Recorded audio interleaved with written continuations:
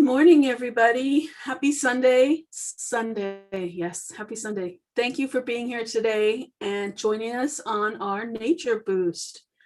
Today's Nature Boost is part of Women's History Month, and we are going to be learning all about the women of the Marin Headlands. We want to thank you for joining us here today, and I'm going to give some brief announcements. My name is Anissa. I am one of the librarians at San Francisco Public Library.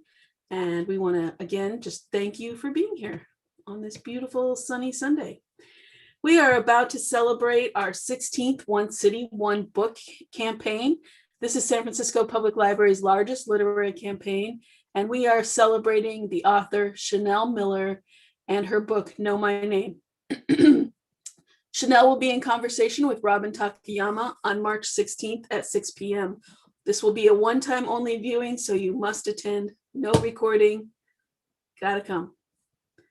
We also want to welcome you to the Ohlone Ramaytush Ohlone tribal lands and acknowledge the many Ramaytush Ohlone tribal groups as the rightful stewards of the lands on which we live and work here in the Bay Area. The library is committed to upholding the names of these lands and community members from these nations.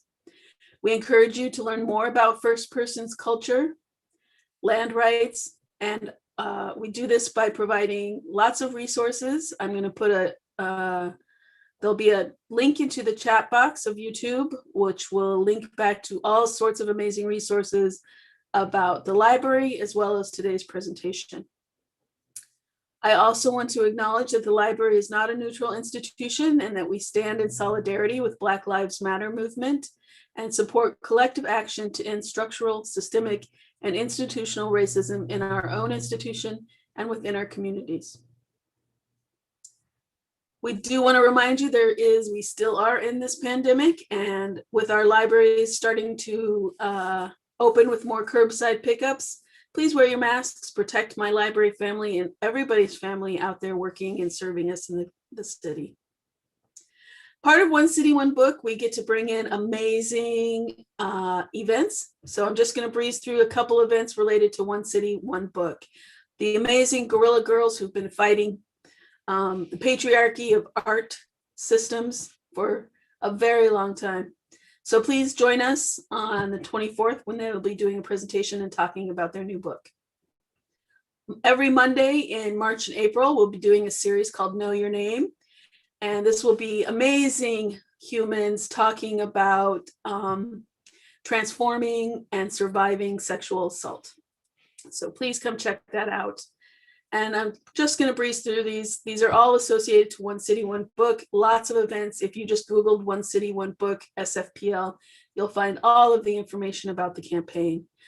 We will have a panel about homelessness and sexual violence. And I know this is really heavy topics. So we'll also be providing a lot of resources and a lot of partners we'll be working with that can help. So while it's triggering, it's also very important. So please come out, support this. Lots of healthy ways to survive and get through this. And we're here to help you. So just gonna breeze through this. I definitely wanna highlight this person, Aisha Shahida Simmons. She did a documentary over a decade ago, but it is still revolutionary work about rape culture. So please come check that out Monday, April 12th. And then without further ado, we would like to introduce you to Ranger Lara, who is going to tell us about the Marin Headlands and the women who stewarded all of this amazing work. This is part of our Women's Her Story Month. We have lots of events, and I'll share again with you in YouTube land those links. And I am going to now pass it over to Ranger Lara. Thank you, Lara. Wonderful. Thank you so much for having me. All right, I'm going to go ahead and share my screen. So let me press that. Oops, wrong button. Awesome, cool, wonderful. Thank you so much. I am so excited to be here today as part of Her Story and helping out with the SFPL. I've admired the SFPL's work for quite some time, so super, it's a privilege to be here. My name is Ranger Lara, and I am a National Park Ranger in the Marin Headlands. So, if you have never visited the Marin Headlands, if you're standing in San Francisco and you're looking across the bay to those blustery, foggy, rolling green hills, those are the Marin Headlands. And it's part of a larger park, part of the Golden Gate National Recreation Area. And this also includes sites such as Muir Woods, Alcatraz, Fort Point, the Presidio, a lot of park sites down in San Mateo County as well. 80,000 acres of open green space right here in the San Francisco Bay Area. And part of my job as a ranger is that I am a storyteller. And being a storyteller means acknowledging the entire history of the land that you stand in. So before we begin, I would also like to give a land acknowledgement for the Weeman Coast Miwok people. They are the original people of the Marin Headlands, and I would like to thank their role in stewarding this land, both historically and today. And the program for Her Story Month is Women of the Marin Headlands. This is actually this program's first grand debut, so I thank you very much for being its first audience. And without further ado, let's take a look at where we're going. So we're going to do a bit of a virtual tour of the Marin Headlands. Here is the map. Right down there, that's the Golden Gate Bridge. Here is the headlands.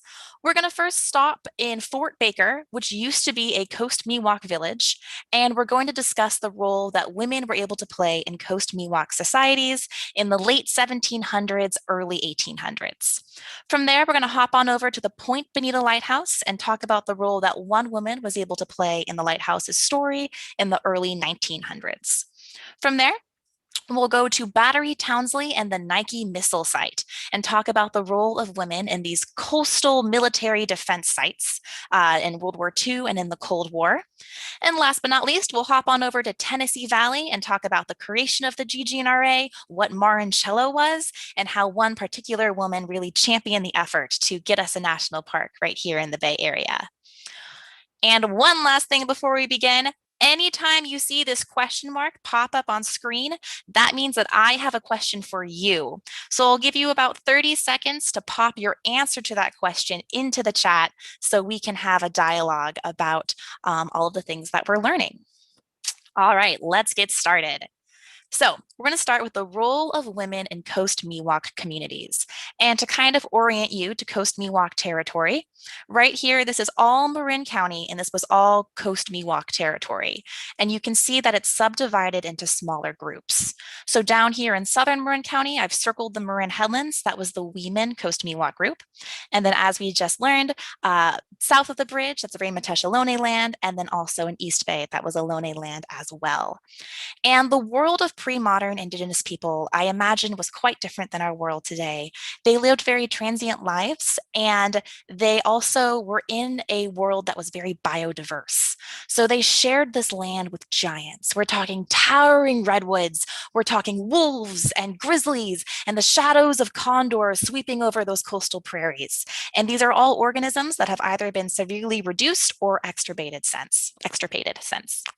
But the role of women in Coast Miwok communities, I was really excited to learn what a prominent leadership role they were able to play. So right here, we're looking at an image depicting an Ohlone village by Amy Hosa and Linda Yamane, but I think we can also apply it to Coast Miwok villages or just San Franciscan Indigenous communities in general. I think it's a beautiful image. It's so colorful, so fun to look at. And the role of women as leaders in Coast Miwok societies is essentially the way the structure worked is there would be 2 female leaders and 1 male leader. And the more prominent of those 2 female leaders would be known as the Mayan.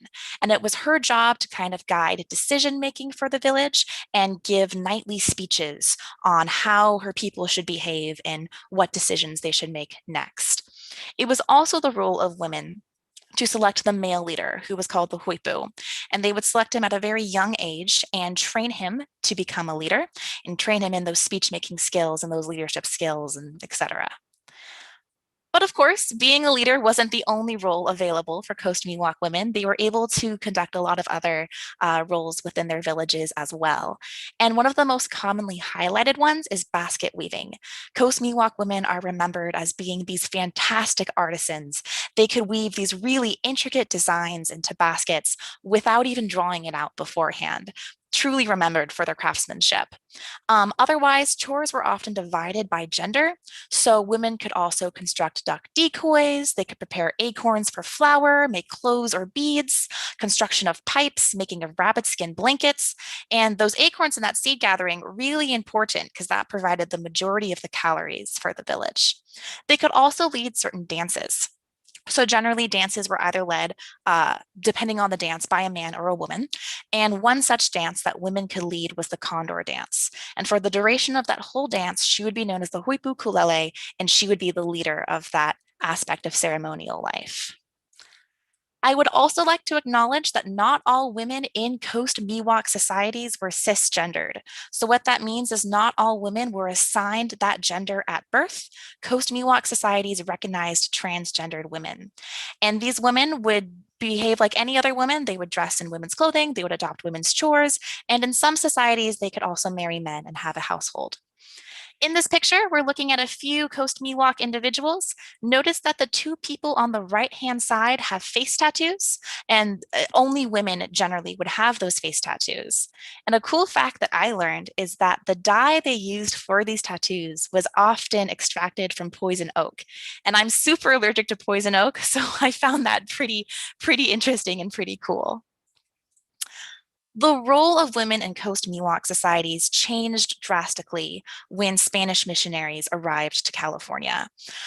These colonizers did not recognize women as having a position of power. They would really only want to negotiate with men. So because of that, the traditional leadership role that women were used to playing in Coast Miwok societies, that it was kind of stripped of them because they just weren't recognized as leaders by Spanish missionaries anymore. And instead, at mission systems, women were forced to live in dormitories, and the only time they would see sunlight is when they were transported to and from churchly services. And generally, their path to freedom out of those dormitories would be to get married. Nevertheless, I do want to highlight one Indigenous Coast Miwok woman who kind of rose above her situation and was still able to hold a position of power and prominence within the mission system. Her baptized name was Wana, and she is remembered as having this larger than life personality. And some days she would be the godparent for every single person that was baptized that day. And they could baptize up to maybe 40 people in a single day. And when historians kind of look at this mission history, they generally look at the number of baptisms that you helped with was a sign of how prominent you were in the leadership hierarchy. So she definitely was able to do that. She's also the wife of Chief Marin, after whom Marin County is named. All right, my friends, it is time for our first question. I'll give you about 30 seconds to pop into the chat. Who is a woman that has a special place in your history?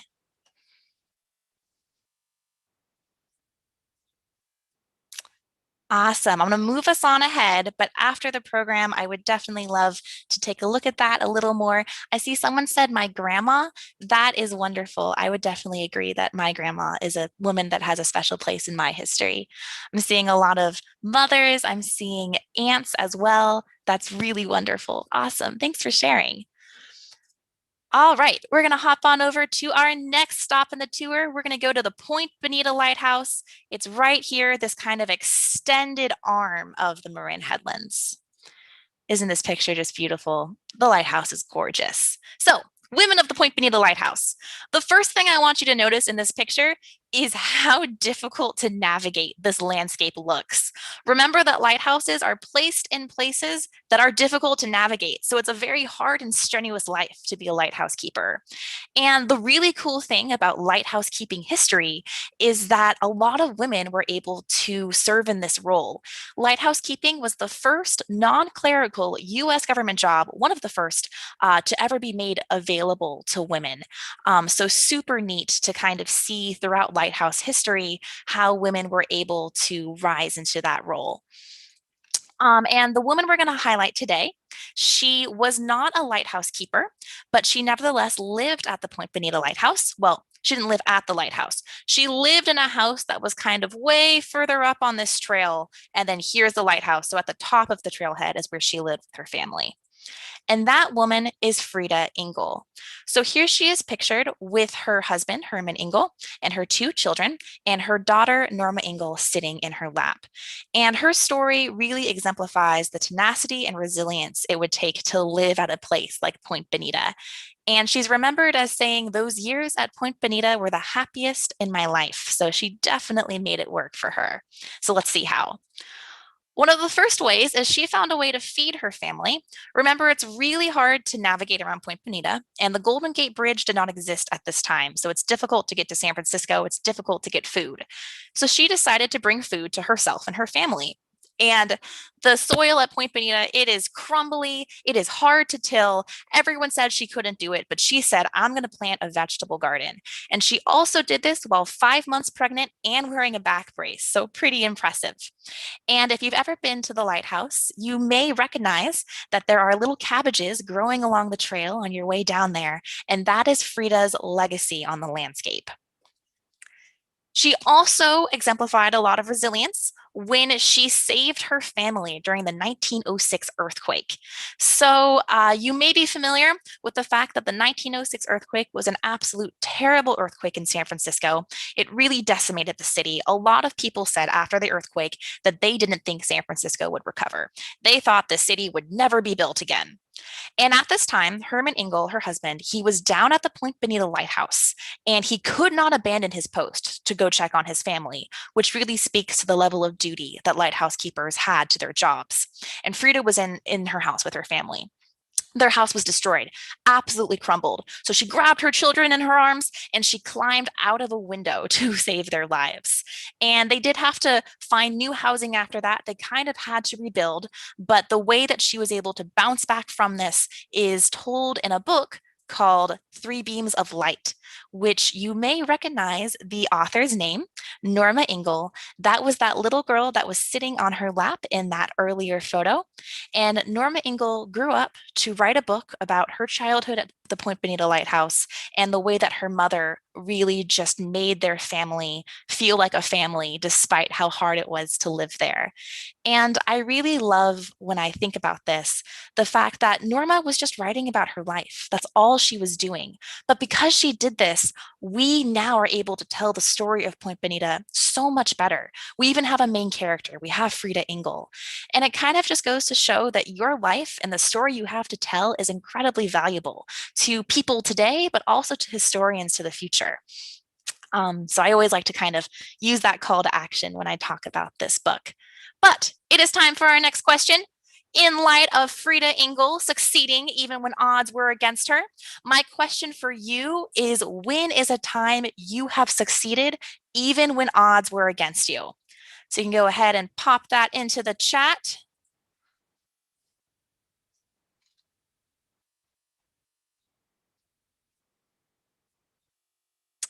I see going to college as an older adult. That's wonderful. I would be curious to learn what you studied.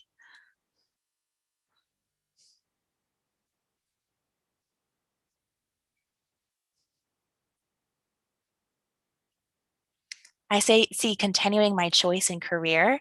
That is wonderful. It sounds like maybe you had some things working against you, but you decided to pursue your passion anyway. See, emotionally making it through quarantine, I can relate to that a lot. Awesome. Cool. I see promotion at work. That is exciting. Wonderful. Cool. All right. I'm going to move us ahead to our next subject today. We're going to hop on over to Battery Townsley. So Battery Townsley, if you go to Rodeo Beach and you walk less than a mile up the coastal trail, you'll hit Battery Townsley. You can't miss it. There's a giant 40-foot gun at the entrance, so you'll know that you're there. And this is a picture of Battery Townsley. You can see right up there, 1938, that's when it was constructed. This is a World War II battery. And after the attack on Pearl Harbor in 1939, it was operated 24/7 around the clock because there was this perceived notion, this perceived threat that after Hawaii, California would be next. So I imagine it was a pretty tense place to work at. And the soldiers at Battery Townsley, they operated, as I mentioned, those super big, I think it's like 400-ton guns that could fire these 1,000-pound shells 25 miles out to sea. And apparently, the sound from these guns could be heard all the way from San Mateo County. So, this is some heavy duty equipment here. And women at this time were not able to serve in this role in the military, but there is nevertheless one woman who not only helped make herself part of the story, but she helped to tell the story as well. And that is National Geographic reporter Laverne Bradley. So Laverne Bradley, she was assigned to get the scoop on World War II operations in San Francisco. I want to say, 1943 is when she was assigned to do this. And she wasn't allowed to know where she was going. They didn't want her to know geographically where Battery Townsley was. But after reading her article, it's pretty clear we can pick up from context clues that she was describing Battery Townsley. And something I really admire about Laverne Bradley is she is just an excellent writer. She's really mastered being able to describe places with her words. So we're going to take a moment to read this excerpt to kind of see how good of a writer she is. At a given point, the driver snapped off the headlights, and we began to wind over miles of dark, silent hills.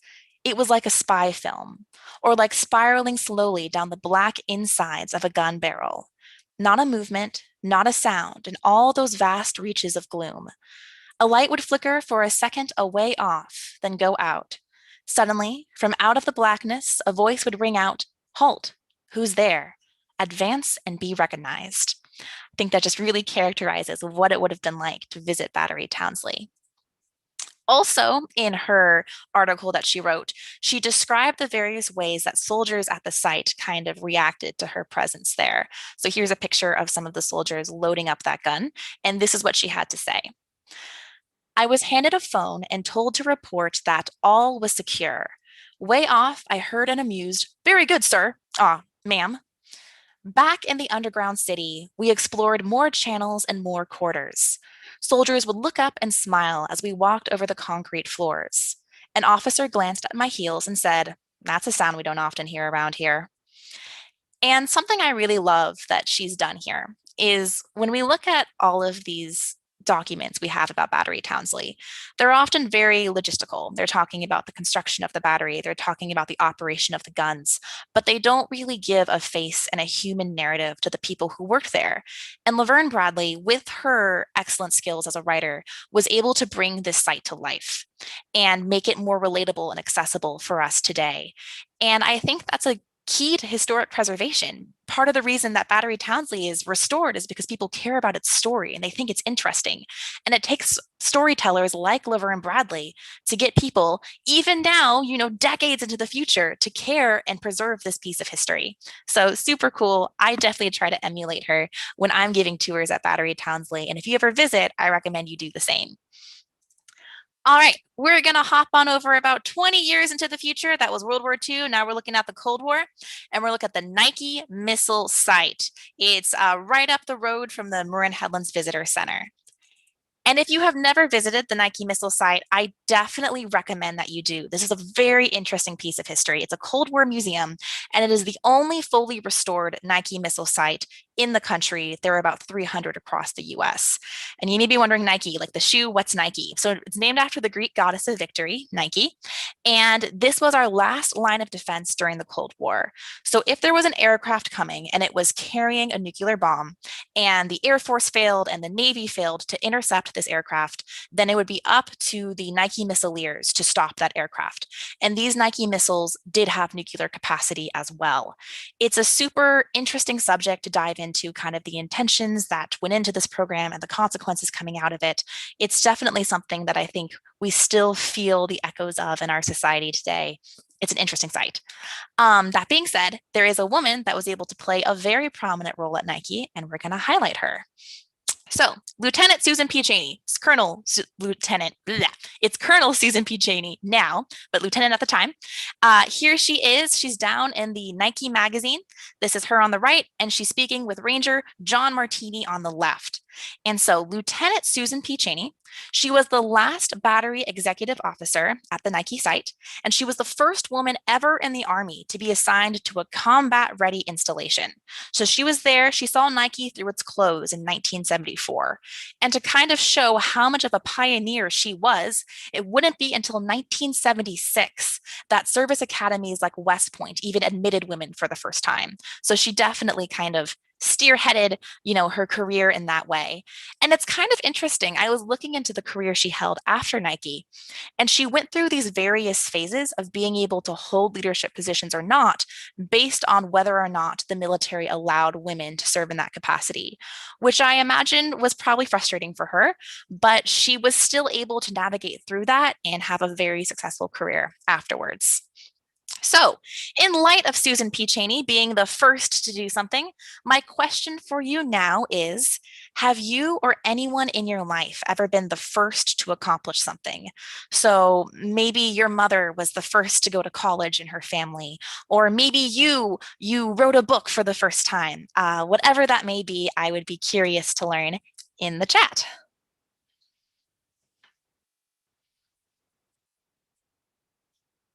Produced a movie. That is really exciting. I would love to learn the name of the movie you produced. That is super cool.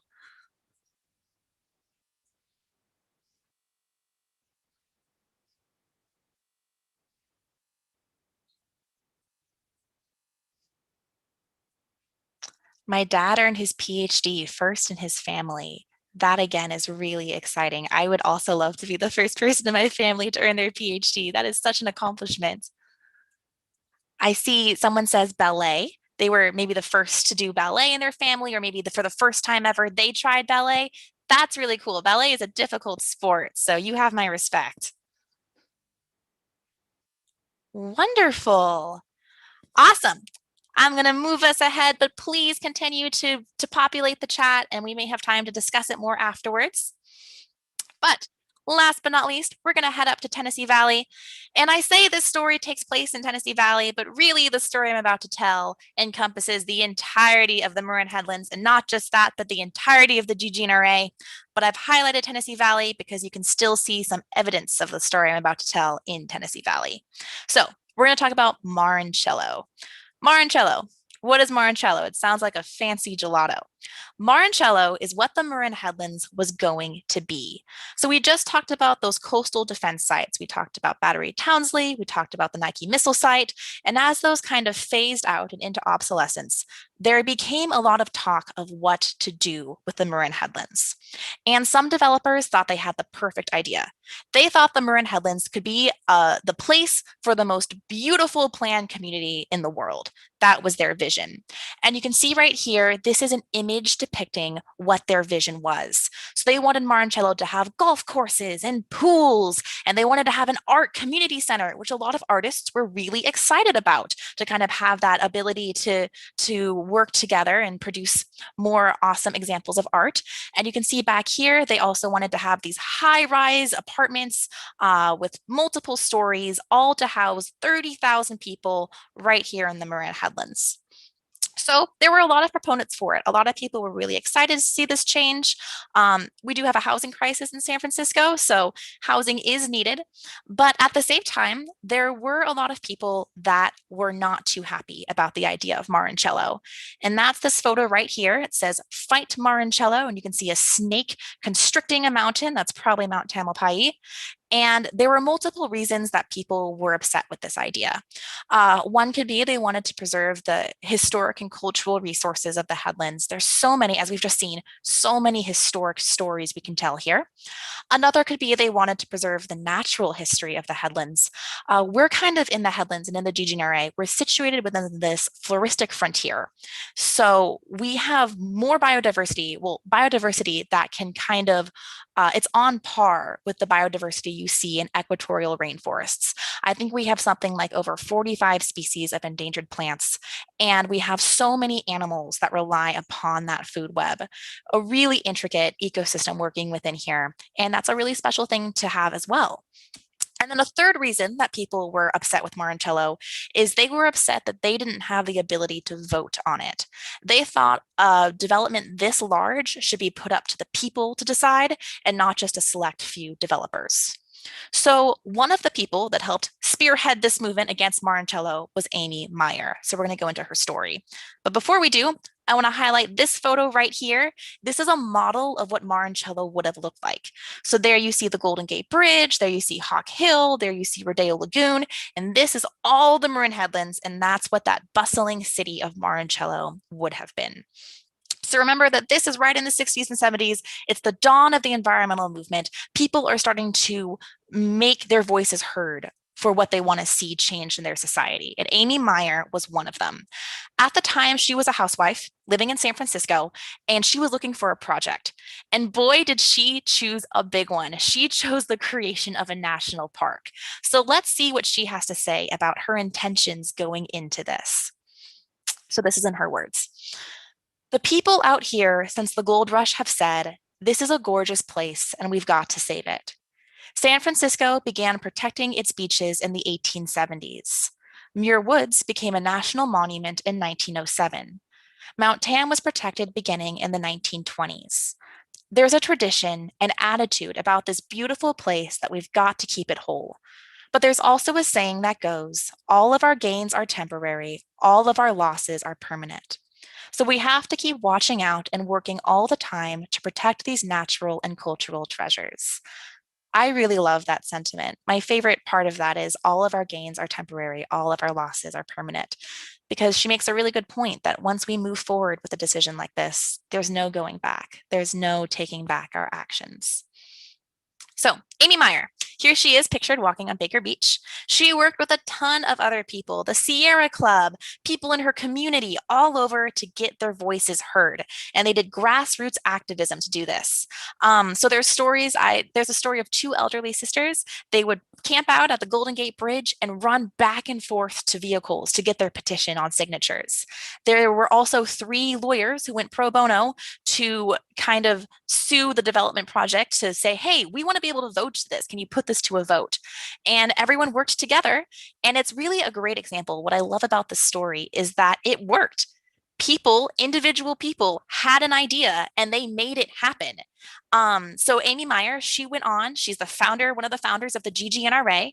She is the co-chair for the People for a Golden Gate National Recreation Area, or PUFGNRA, as I've heard her say. And she was appointed by President Clinton as a founding board member of the Presidio Trust. So there's probably something in society today that you think could be better. There's something that you think could be improved. And it can be a little intimidating to think, wow, do I have the ability to do that? I'm just one person. But this goes to show that it can and does work. This is a success story. Because she had this vision and she joined up with others who had this vision, we now have 80,000 acres that we all share within the San Francisco Bay Area, this close to a major metropolitan city. That's pretty rare to have wilderness right in our back doors. So really, really wonderful that she was able to do that. In light of Amy Meyer, champion for what she believes in, our last question of the day before we wrap up our program is, when is a time you stood up for what you believe in? You can go ahead and pop that into the chat.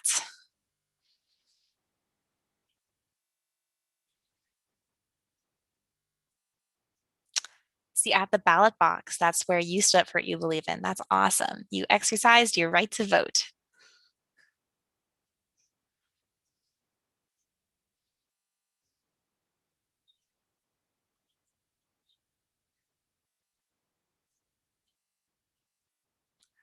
I see bad website design that needs to be fixed for her clients see it. All right, so you were able to fix up a website and make it more accessible. That's wonderful. I see Women's March, BML March. That's wonderful that you were able to participate in that. That's awesome. Women's March 2017 against a school bully. Those individual actions, they really do add up. And then also, again, standing up for kids that get picked on by bullies. I work in childcare. That is wonderful. That's definitely going to make a difference in their lives. Ah, how exciting. That's so cool to see. Thank you for sharing. All right. So I want to thank you again for coming to this program today. And I also want to remind you that the story of national parks is still being told. This is a picture of me with some of my fellow rangers at the Marin Headlands.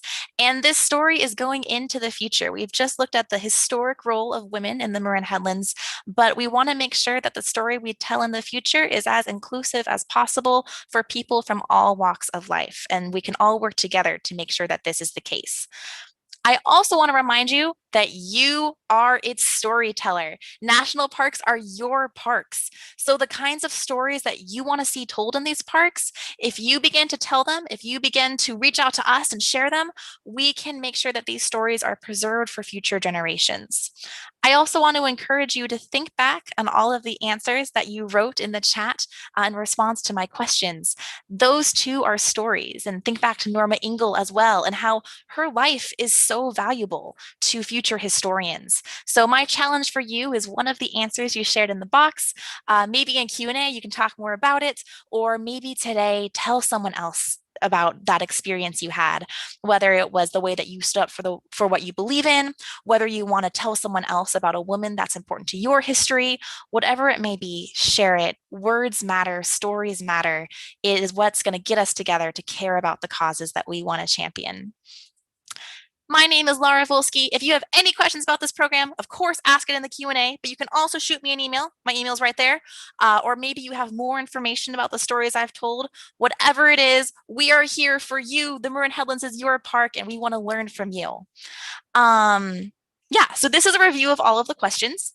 But so if I think we're going to move into Q&A now. But if you also want to share any of your answers more in depth to the questions, these are the questions right there. All right. I'm not sure if I should stop screen share for Q&A or should I keep it as it is? Let's leave those questions up for a while. All right. And YouTube, now is your chance to ask those questions of Lara. And the YouTube video will be available to watch again and share with other people in your family. And I'll also plug our next, well, I don't know if it's our next, we probably have one coming up, but in May we'll have a APIA version of our partnership with the Parks Nature Boost. So don't miss that one. Get those questions rolling there. We know there is a little bit of a lag time between YouTube and the Zoom format. So we're here waiting for your questions. I see one question pop up. How did you become a ranger? I can answer that. The way I became a ranger is I started while I was a student at UC Berkeley through something called the Pathways program. And it's a program available for either current students or recent graduates. And you essentially work at a park. If you're a current student, you work at a park maybe in the summers between your semesters. And then after you finish up your time at the park, you have a position in the park to become a permanent ranger. So for any young students that are interested in being either a storyteller, or maybe you want to be a historian, or you want to be a scientist, or you just want to protect natural resources, whatever it is, look into the Pathways program because that was absolutely wonderful for me. I see. What's your favorite bird you have ever seen in the park? I love that question. Um, so the Marin Headlands is a stop in the Pacific Flyway. So that means there's a lot of raptors, which are eagles, hawks, or falcons that navigate on their migration routes through the park.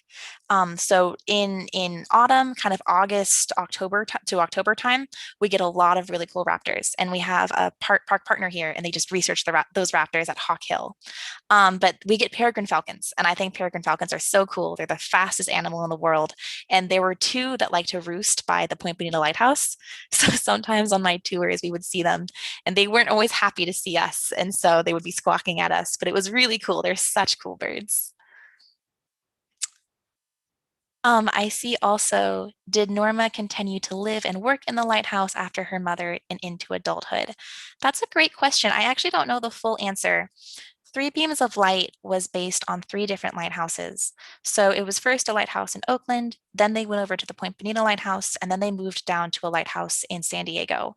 So the book ends with Norma still living in San Diego with her family as they were taking care of that lighthouse. I don't know what she did after, but I guess she became an author and a writer because she did publish that book about her life. I see another question about birds. The most unusual bird, like a rare bird, because there was the peregrine falcon, but I guess I see them not like they're not super rare in the park. Ah, a rare bird. I think I need to think on that some more. There's really cool birds. For example, behind me, there's the Rodeo Lagoon and brown pelicans. They come generally in the winter, like flocks by the hundreds of them, all are bathing in the lagoon. And it's cool to see them because they were once endangered and their population has recovered since ever since Rachel Carson, another wonderful female scientist, she published her book and where her book really talked about DDT and how that was affecting a lot of bird life. And because she was able to publish that book, pelicans were really affected by DDT, and that's a type of pesticide. They were able to recover after that. And there's even a story of kind of her in her old age. She flies out the first time she ever saw the Pacific Ocean, and she stopped by the Rodeo Lagoon, and she just kind of reminisced on how these pelicans are here now, largely because of the difference she was able to make with her book. So I guess they're not that uncommon of a bird. Didn't really answer your question, but it is a story about a bird. um, I say, who is a woman special to you? Thank you for asking. Oh man, there's so many, like I think like many people in the chat, the first woman that pops into my head is my mom because she definitely was just so wonderful in throughout my entire life of guiding me through it.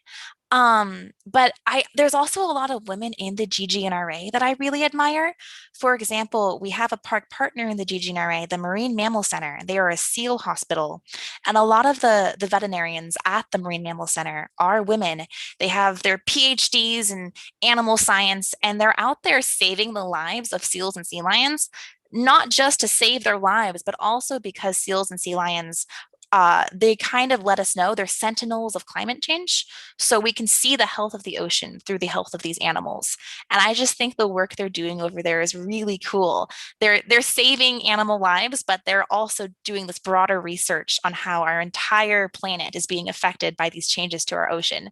So I think I want to say that my mother and then a lot of the vets at the Marine Mammal Center I think are really neat. Um, I see, oh wow, so lighthouse families could be relocated to other lighthouses like a military family. Yes, yes, lighthouse families could be relocated. And it was actually, so we at the lighthouse, we talk about navigation a lot. We talk about literal navigation, but then also kind of metaphorical navigation. And advancing through your lighthouse career is one of them. It was pretty difficult to do this. And the way you would do it is they would have these random unprompted kind of examinations where someone would just show up and they would look around the lighthouse and they would think like, oh, let's see if you've been doing a good job. And you wanted to make sure the lighthouse was spick and span at all times in case you got that random person coming to like a pop quiz to check up on you. And if you did that well, then you could advance slowly through the ranks and be transferred to other lighthouses. And we have a volunteer at the Marin Headlands, and his grandmother was the wife of a lighthouse keeper. And apparently she hated the ocean. She never learned how to swim, which is really funny considering that she basically lived at a lighthouse. And he asked her, what was the worst thing about ever working at a lighthouse? And she didn't say the ocean. She didn't say that she couldn't swim. She said it was keeping the oven and the grill clean. Because apparently, when that inspector would come, they would lick their finger and drag it along appliances like a grill. And if any like smudge came up, you would get docked points. So it sounds like they had to be pretty spick and span and on top of it as a lighthouse keeper. What percent of GGNRA rangers are women? I don't know the answer to that question. I would guess a good amount of them for sure. Maybe more than half. Definitely, there's a lot of female rangers out there, which is very cool to see. I also see, when did military activity cease in the Marin Headlands?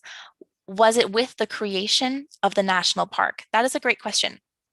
So in the headlands, the last time we ever really saw military activity was with that Nike missile site. And it closed in 1974. And the reason it closed is it was deemed obsolescent. So ICBMs kind of became the new defense against a potential nuclear attack. And Nike missiles, their range is only about 100 miles. They were just truly defensive, whereas ICBMs, they can just go so much farther and faster, and there's better technology. So it phased out of use then. They closed down the Nike site, and that was pretty much the end of military activity in the Marin Headlands. There's a crazy story of someone. So around this time, of course, they were talking about what to do with the Marin Headlands. A lot of people wanted to make it a park. And there's this story of this person kind of surveying the Marin Headlands, trying to think, oh, can we make it a park? And they were camped out over the Nike site looking around. And it was still active at that time in 74. And apparently they thought this person was a spy because they came up and they stopped him and they questioned him and they're like, what are you doing? Are you a drill? Are they trying to see if we're on top of our security? And this person was like, no, I was just trying to see if we're going to make this a park. So yeah, I don't know. It's a story that really kind of shows how serious the Nike operations were. Do we give tours? Yes, we do give tours, not really right now during COVID-19. We are not doing that at the moment, but later afterwards, when things are open again and it's safe to come back to the park and it's safe to have people together, we will be offering tours again. We'll be offering tours. Generally, we do it at the Nike missile site. We do it at the Point Benita Lighthouse, and we do it at Battery Townsley, but we also do guided hikes all throughout the headlands as well. And we'll start to advertise that when we do that again, but generally it's on our website. I see the question, do you personally give tours? Yes, I do. And this will hopefully be one of them.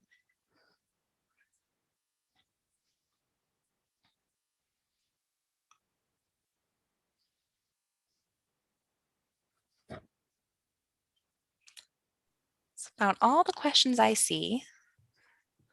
Lara, thank you so much for answering all those amazing questions. And there was some great ones in there. I love all of those questions. And I have met some amazing female rangers through our partnership and our continued partnership. We are soulmates, I've heard it called. So the natural world versus with the house of knowledge together. So we love that. And we thank all of our YouTube friends for being here. And again, this is available on our YouTube channel, along with all of our other nature boosts. So you can check those out. Lara, thank you so much. And everyone have a wonderful day. Thank you for being here. Thank you. Bye. Find us again.